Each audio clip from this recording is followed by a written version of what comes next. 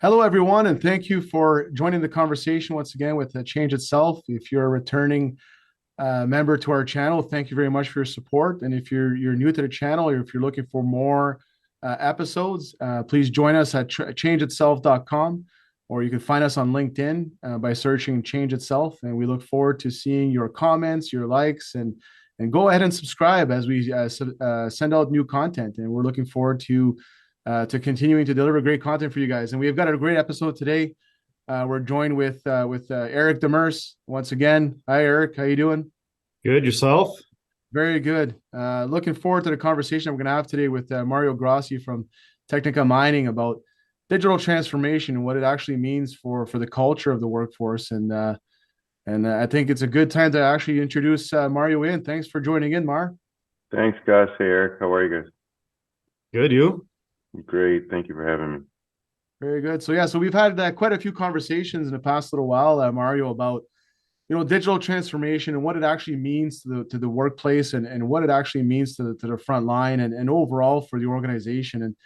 And something you had brought up was that the digital transformation for you has seemingly been more of a cultural transformation, or that's where we should start thinking about it. Maybe you want to elaborate on that for the audience as far as what the experience has been at Technica. Yeah, no, what we found on our journey from a digital transformation perspective was it was very much a marriage between the right technology and the right corporate culture. We could have, for example, had the best technology in the world, and without the right leadership and culture, it would have not adopted well and not been successful. On the other hand, we could have had the greatest leadership in the world, and if we didn't have the technology to support it and back us up, we wouldn't have been successful either. So we've been really lucky to partner up with Sofvie, and the changes that we've seen are transformational. It's been a world of beautiful unintended benefits that we didn't see going into this, and we can talk more about that. Eric, is there anything that you wanted to ask Mario as we dive into the transformation that's been seen at Technica?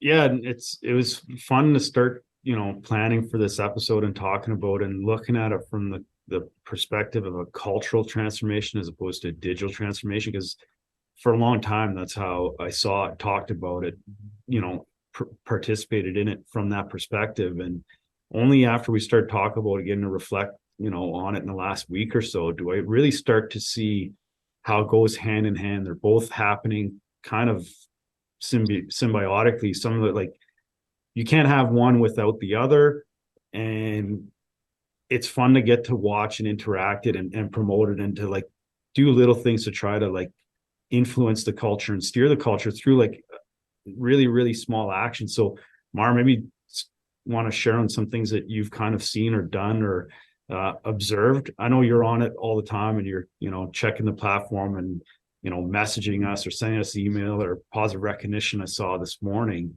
And that's not because of the technology. That's because who you are as a person and the culture you're trying to build and instill in the company. But is that something you would have maybe foreseen? No, I didn't see it coming at all, and I think that's where I go back to the point of, we could have had the greatest culture and leadership here at Technica, but without having that platform in Sofvie that allowed us to be so present in the workforce. And so if I back up a little bit to talk about culture, one of the things that, Eric, you've known this in our experience of Technica, starting from a small company, and we're looking forward to be able to conclusively prove it with data, but we do know from our experience that an engaged worker is a safe worker, is a productive worker, is someone who's going to be really present at work, and going to be to their best ability. And so when we're small, we were able to forge those relationships. We were able to know everybody's names, child's names, birthdays, and it was great. When you have a small company of 5 to 10 people, it's very easy to do. As you grow to 400 and plus people, it becomes increasingly more difficult. From a leadership perspective, the leadership team still had that same mentality, that same entrepreneurial drive to be the company that we are today, but we still needed a tool that enabled us to be connected to our workforce. And so when we first started our digital transformation, it went from, okay, so let's go from paper to paperless. And then we decided, oh, wow, okay, so we're going to get this data. What are we going to do with the data? But then something beautiful happened with Sofvie, and absolutely unexpected was that ability to be in communication with our workforce, that ability to see who we were as an organization culturally, because we knew that good culture equaled good performance. And so Sofvie allowed us to be in contact with our workers. It allowed us to really amplify our positive recognition. Every worker deserves to go home safely at the end of the day. Book a demo with Sofvie to discover how their groundbreaking EHS management software empowers workers to proactively avoid hazards and how organizations like yours can cultivate a stronger work culture. Visit them at sofvie.com to learn more. Technica Mining is a premier underground mining and construction contractor. They stand for delivering quality project work on time and on budget through innovative thinking. Their excellent safety record, experienced workforce, and large equipment fleet will guarantee the timely completion of all your project needs. Trusted by the world's leading mining companies, Technica Mining has over 20 years of experience in mine construction, development, and production. Contact Technica Mining to take your next mining project to the next level. Visit them at technicamining.com. Change Itself is produced by Crownsmen, the voice of industry. Check out more, including The Crownsmen Show, Mining Now, The Building Energy Show, and Agriculture Now at crownsmen.com. So we're an organization that we hold each other accountable. And not only do we hold each other accountable, we really acknowledge when people do good and outstanding work. What that does is it continues to build the culture of the organization. It continues to build a presence with everybody at work. And then by default, we end up having a safer, more productive workforce. We did not see that coming in our digital transformation. So the really unintended benefit of implementing Sofvie in our digital transformation was that corollary between culture and safe performance. One of the occurrences, so you talk about engagement, and it's like the alignment is without a doubt there because who we are and we work together so much. It is something that, you know, I fully believe in, and it's not even something we talk about, but it's just a thing that's there, that we understand that engagement is, you know, is meaningful. That actually leads to safer, better performance.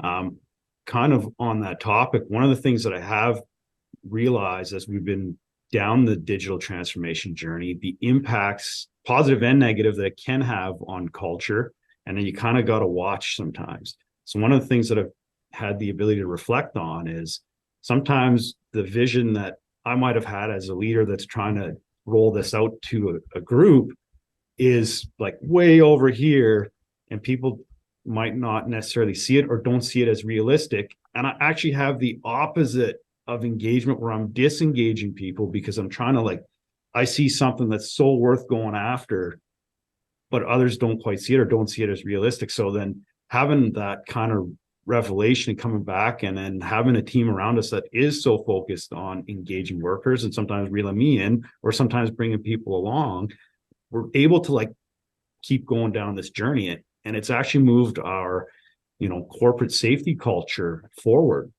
right? I'd say it's, it's trending in the right direction. I've been looking at the kind of that Hudson's ladder model, which I don't know if you guys are familiar with, but there's kind of 3 different rungs, and you can't go from one to the other without, you can't skip one.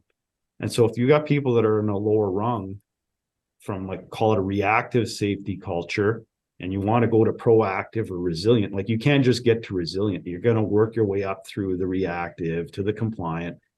And so it's just fun to watch and to see the progression from the reactive, if we look back 8-10 years ago, to where we are today, the compliant, even proactive stage is so much fun to watch and to see it. And it's not just in the safety, it's the culture in general, whether it's risk management, whether it's quality, all those different systems and ways we are just elevate. It's so cool to watch. Yeah, no, I absolutely agree. And to your point, Eric, we do get caught in that trap when we're on this journey of change. One of the traps is that we're so focused, and we can really see that end goal of data-driven preventative safety, to get into the predictive and preventative side of safety. And we really get fixed on that. And thankfully, we've got that culture that allows us to identify when people are a rung below us. And it's okay. It's 100% expected. And it's who we are as an organization that will go back and pick up our fellow coworker and bring them up to speed and show them the vision and what the purpose is, to show them, you know, change is difficult. It's not easy, but when it's done properly, it's exponentially rewarding.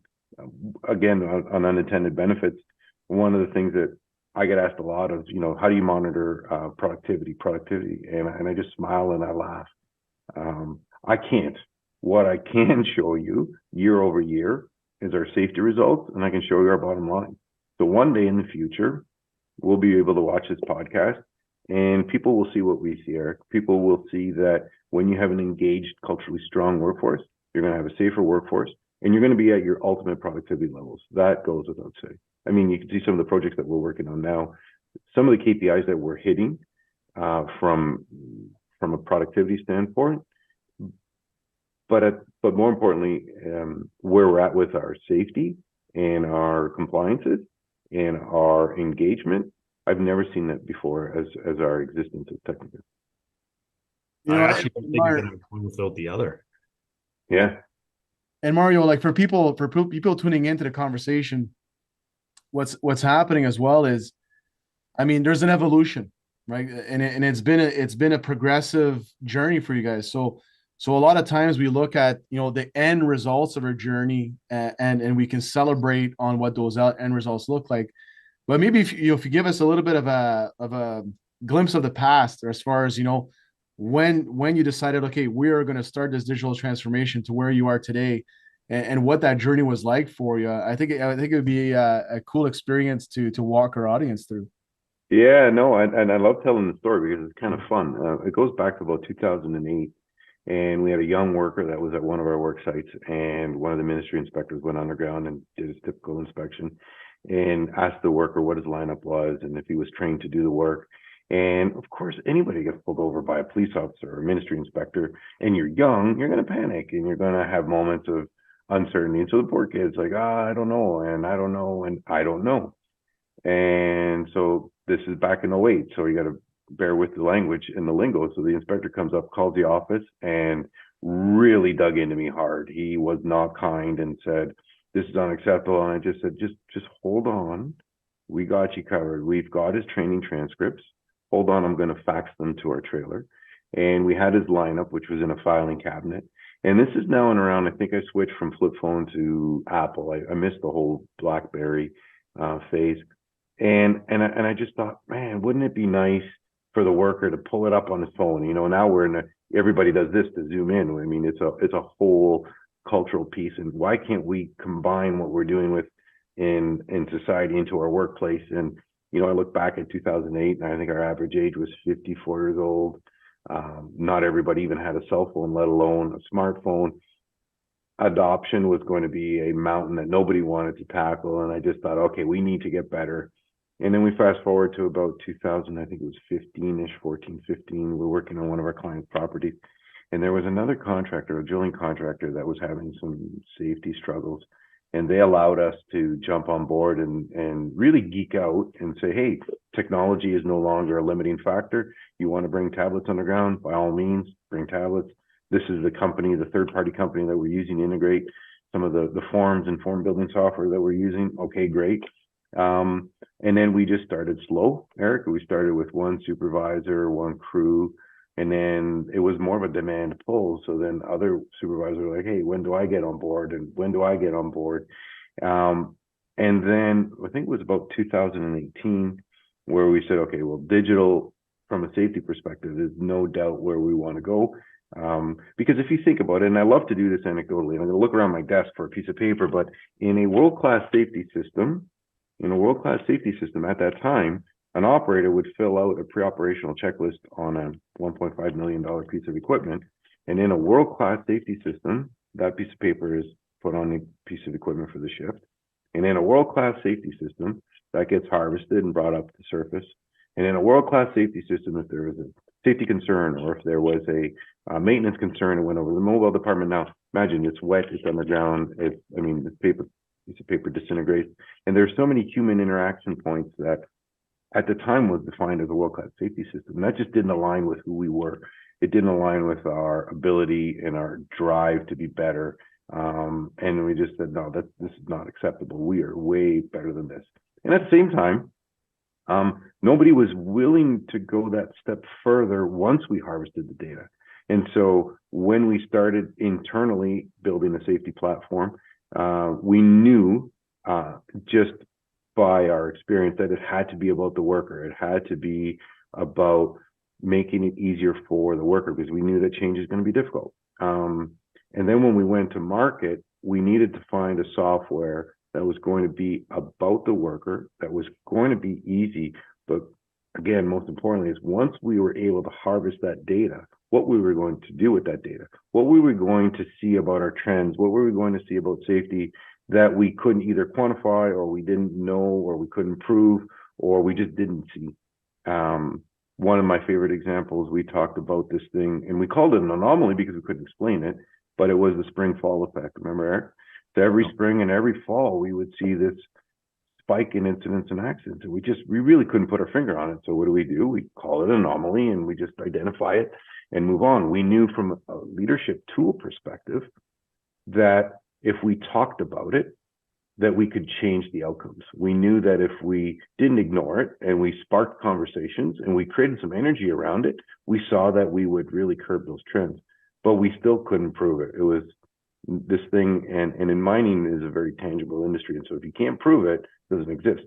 Although Eric and I 100% can prove it year over year that it really does exist. And so enter Sofvie. Now we're starting to see the data that is something that we didn't really see before. We're starting to really quantify the human element in safety, and it's a phenomenal journey. It's something that I recommend every company experience. You really get to know your organization. And most importantly, one of the things that I want to move from is I used to remember in our industry, we would applaud ourselves or pat ourselves on the back on a root cause analysis after an investigation post-injury. And we'll talk about post-injury because incidents, okay, they're fine. At least no one got hurt. But an injury, it hurts. And especially if it was a critical, and we've been lucky, obviously not to have fatal injuries. But we would often do these investigations and spend hundreds of man hours and stop operations and really dig into the investigation and actually be proud of ourselves that we got to the root cause and we put in controls in place to either eliminate or control the event from happening again. And the industry and some players still do applaud themselves for that effort. And I just think, no, that's not where safety needs to be. We need to be in a position where we prevent that incident or accident from occurring in the first place. We are able to gather enough data to get better at what we're doing. Now, when you're an early adopter into the digital space of safety, it's going to be difficult. But I think when we prove to the industry and other industries what we're able to do with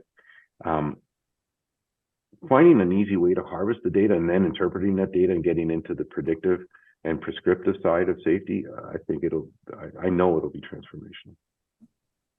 Yeah, and I think, something that, that comes up, I know from my side, it comes up all the time where there's definitely a growing appetite, right, to take on new tools and to imagine a new future. But there's a little bit of resistance as to how much to invest into it, right? So not only investing in the actual tools that you want to bring in, but the internal investment, right? Like the internal cost of change, right? And I think you could probably speak to that a little bit as well through your journey, where it starts out as a second or third or fourth hat that somebody that's already kind of loaded with being in the workforce is trying to kind of test the grounds as to if this tool is going to be successful, versus and then fast forward to, hey, you know what, we've got something that we can stand on.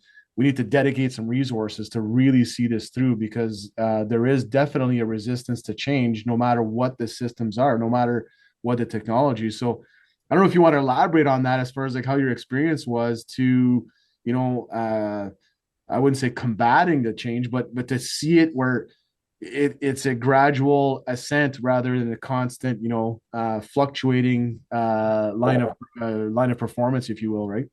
Yeah, our journey was really, I would say, blind. We our senior leadership team absolutely saw the value. And I think to Eric's earlier point is, we see where it could go, and then we got to get everybody caught up. Now, looking back, what I would recommend to anybody is that it has to be equal parts leadership, equal parts technology. And it doesn't matter what technology you're implementing. It goes back to the piece of, I can have the best software in the world, the best piece of equipment in the world. If I don't have that drive for change, if I don't have management on board, mid-level management, and then every person in the organization aligned on what the end value is and the end game is, it's not going to work. If I have any expectation of buying, we'll say, a software product or a new piece of technology and not putting training in place, not putting an owner and an owner team in place, it'll fail. We've learned that with some of the equipment that we've bought. We've learned it definitely in our journey, in our digital transformation on safety. It has to be owned at all levels of the organization. And to your point, Gus, if you're committed to that change and you're going to invest in the change because you do see the end results that Eric and I are enjoying, you have to be committed to it. You do need a team in place to make it successful. And again, we say we have the benefit of hindsight looking back, and it's been about a 5-year journey now. I'm sure there were things Eric and I would do differently, only because we just didn't know, right? We were going through a whole journey of transforming an industry that's driven by safety from a paper-based to paperless to data-driven. I mean, the amount of change is almost incomprehensible. So yeah, we have the benefit of looking back, say, oh yeah, sure, I would do this differently, I would do this differently, I would do this differently. But to your point, Gus, one of the things I would absolutely recommend any peer, anybody going down this route, is putting in a real champions team on behalf of the organization that does represent the leadership vision, that does see the end value, and is relentless, because change, to your point, doesn't come easy. Right on. No, I appreciate that. And I think, like something that we've discussed a lot, and I've actually discussed it with quite a few people. It's a wide known fact in the mining sector, right? Is that, there's definitely a race to be second, because and in a context of, we want to make sure that someone takes on that brunt impact of disruption, so that we can learn from them, so that we can do it smoother to reduce the impacts of our operations, so that we can continue producing at the highest level. And I think there's probably something that you could probably advise on that side, to say, like, there is definitely some hurdles at being first or being at the forefront of change. But there's definitely some really, really sweet outcomes that you can expect. Maybe you want to touch on that a little bit. Yeah, that's exactly right. I mean, we are definitely in an industry that's 100% first in line to be second. And to your point, it's because nobody ever wants to mess with your production. And it's a production-driven industry. It's tons. Second to tons is going to be grade. And although we don't actually own a mine, we support our clients that do run the mine. So we inherit that same culture. If you want to be transformative and you really want to be the leader in your space, you're going to have to take those calculated risks. And I say calculated because we're not cowboys. We don't just buy anything off the shelf and say, hope it works. No, it's very calculated. It's done by a team of seasoned and experienced management that we have on staff, as do our competitors, as do our clients. There's some very intelligent and capable people that I get inspired by every day that I work with, that, unfortunately aren't on our team, but we do have the benefit of working with them. I mean, the capacity 100% is there. Maybe a little bit of entrepreneurial spirit, and you've got definite recipe for success. The good news is, from a health and safety perspective, is I like to think that Eric and our team here at Technica are trailblazers, and the path is cut, so there's no need to have that first in line to be second fear when it comes from that transformation from paper-based or even just a standard paperless-based to proper data-driven safety. We've proven that it works. I think one of the things, if I can, some of the things that I'm personally didn't expect and encountered, especially in the realm of like digital transformation and data and going paperless, was this desire to want to continue to do the same things that were done on paper with technology. And when we had a light bulb go off that said, actually, that might be thinking backwards, like what does this enable us to do that we weren't able to do before? Or what were some of the, pain points of doing things the old way in paper, and how can we make it better, quicker, provide better feedback, help with engagement? That was when that light bulb went off. And I was through, you mentioned about like blindly going through it. As we were putting some of these things together, I had the privilege of working with Kyle Steedman on this, and that's what we were kind of like building these things day to day and having like these like crazy revelations, and then we try to go run out and implement it. And that's really what it was this ability now to not see ourselves stopped by the things that were stopping us before, not limited by those old paper processes, the old processes we had. We just got to like blow them up and reconstruct them and make them better, more efficient. That was the really cool benefit. Yeah, I absolutely agree with that. I mean, and the benefits continuing to continue. I mean, one of the things I shared with, so every year, Gus, I'm sure you've heard, we have a Technica Day. And so we stop our entire operations. And because we're 24/7, we stop our night shift before, the day shift of, and the subsequent night shift again. So we get everybody in a room and we just review the year, talk about some of our successes, some areas for improvement. We have a few guest speakers, have a really good lunch, and it's towards the end of the year. So we wish everybody happy holidays, give away some swag. And it's really a part of that face time. It's about maintaining that corporate culture that's important, because as you grow to 400 people, it's hard to keep tap on everybody. It's hard to keep that same culture that we had before. So what does this have to do with our safety platform? Well, interestingly enough, it gives me a dashboard from a 30,000 foot level that I can see everything in the organization, and I can drill right down to the lineups that were issued today. And no different than I explained to the guys and the people at our year-end safety meeting. It's like, when you're on Instagram and you follow somebody and you almost feel starstruck when you actually meet them, because you feel like this person just from their posts and what they're doing, what their likes and dislikes are. And, I'll pause that for a second and just digress quickly. In the genesis of Technica, I look back in some of our sacred cows, some of the stuff that I just personally couldn't let go.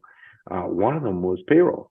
And the reason why I couldn't let go of signing checks was because in the early days, sometimes holding on to those paychecks to a Thursday afternoon was the difference between our company staying afloat or not, because I knew they wouldn't clear the bank until the Monday or Tuesday. Like, that's how experiential it was going from a 30-man or a 3 or 5-man company to a 500-person company. And so you hold on to these tools, these things that were your secret to your success, and they're like your sacred cows. They're the reason why you are where you are today. But releasing payroll, what was very difficult for me, it didn't matter how much money I had in the bank. It didn't matter that everybody wanted to go EFT. It was, no, I need to sign paychecks. And what I didn't realize by signing paychecks was I remembered everybody's name. I could tell who was working regular time and overtime. I had a general idea where people were working, and it had me able to put my finger on the pulse.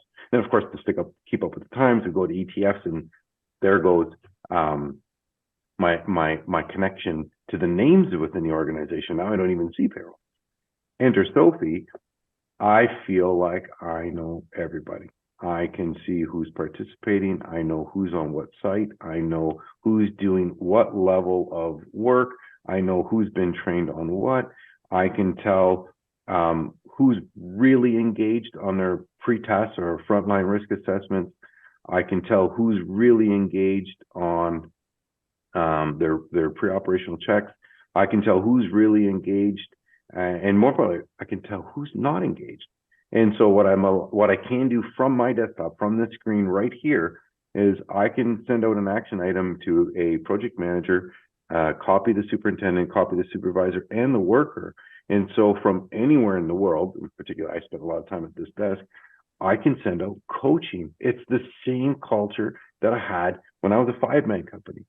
So when I was a 5-man company, I can go tap the worker on the shoulder and say, hey, I really think that you can put a little bit more thought into what happens when you flip a blasting mat more than just a pinch finger. I think if that rigging fails, I don't know if you're going to be under it because you're going to have good rigging practices, but if it slips and fails, that'll snap your leg like a popsicle stick. So I think that would be the worst that can happen. So then what controls can you put in place? Those are the coaching things that were the culture and the building blocks of our organization. I never thought in a million years I'd be able to do that from my computer now and really get that intimacy back that I had when we were a small company, now at 400 plus employees, through a health and safety platform. That's the part when I talk about unintended benefits, it's really mind-blowing.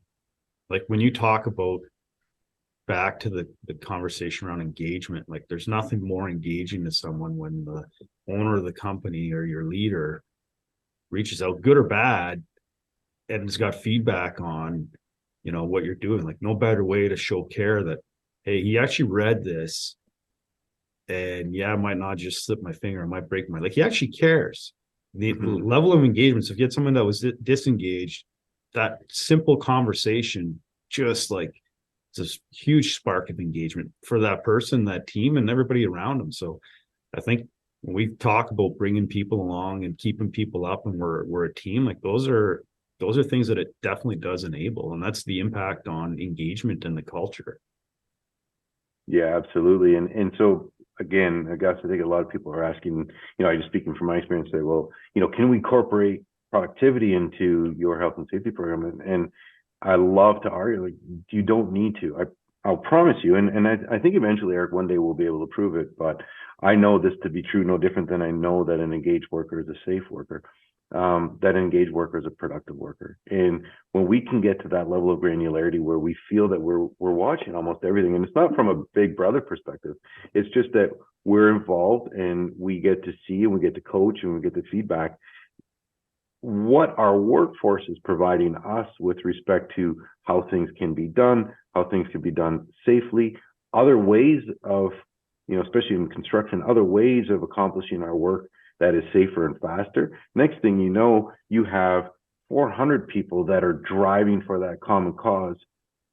Once again, I say this repeatedly with a big fat smile on my face, is I never expected this from a health and safety platform, because it's probably the closest tool to bring to be a cultural platform. And again, it's an experiential thing. It's something that you'll have to try, use, and see and feel to believe.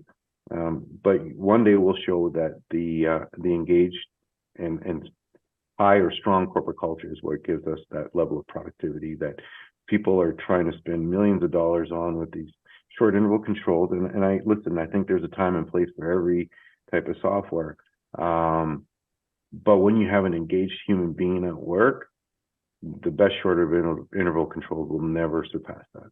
No, and you know what? I think, as we know, this conversation can go on for a long, long time. And one of the things that we do want to leave the audience with is, if you want to learn more from Mario, or from myself or from Eric, all of our details are going to be in the description as to how to get hold of us through LinkedIn. And please offer your comments on this video. We'd love to hear back from your thoughts on how we can transform the workplace through safety leadership and a cultural transformation, which could be from a digital perspective, but ultimately, most of the digital tools are there to support your culture and how you want to go forward. And maybe what we can do, Mar, is we can also invite everyone that's going to be attending PDAC 2023 in Toronto. We will be there live, and we will be sharing more stories. So if you're interested into joining that conversation live on the scene at PDAC, please just drop us a message and we'll let you know how you can get involved. And we look forward to having that conversation in March with everyone. And I'd like to thank you, Mario, as well for joining in today in the conversation and sharing your experience with everybody out there. And Eric, as always, great to get together and have these conversations, right, about how to really support that change and really support that transformation that we're seeking in so many industries. Absolutely. And thanks for taking the time, Mar. And it was another great episode. So thanks a lot, guys. Thank you guys for having me. Really appreciate it. I could talk about this all day long. So happy to see everybody at PDAC.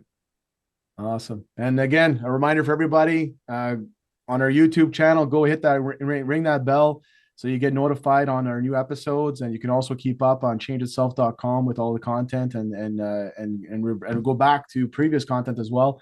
And of course on LinkedIn, where this is our favorite platform to share on LinkedIn. You can hit us up on Change Itself on LinkedIn and check out what we're doing there. So until next time, we wish you well, and we will see you on our next episode.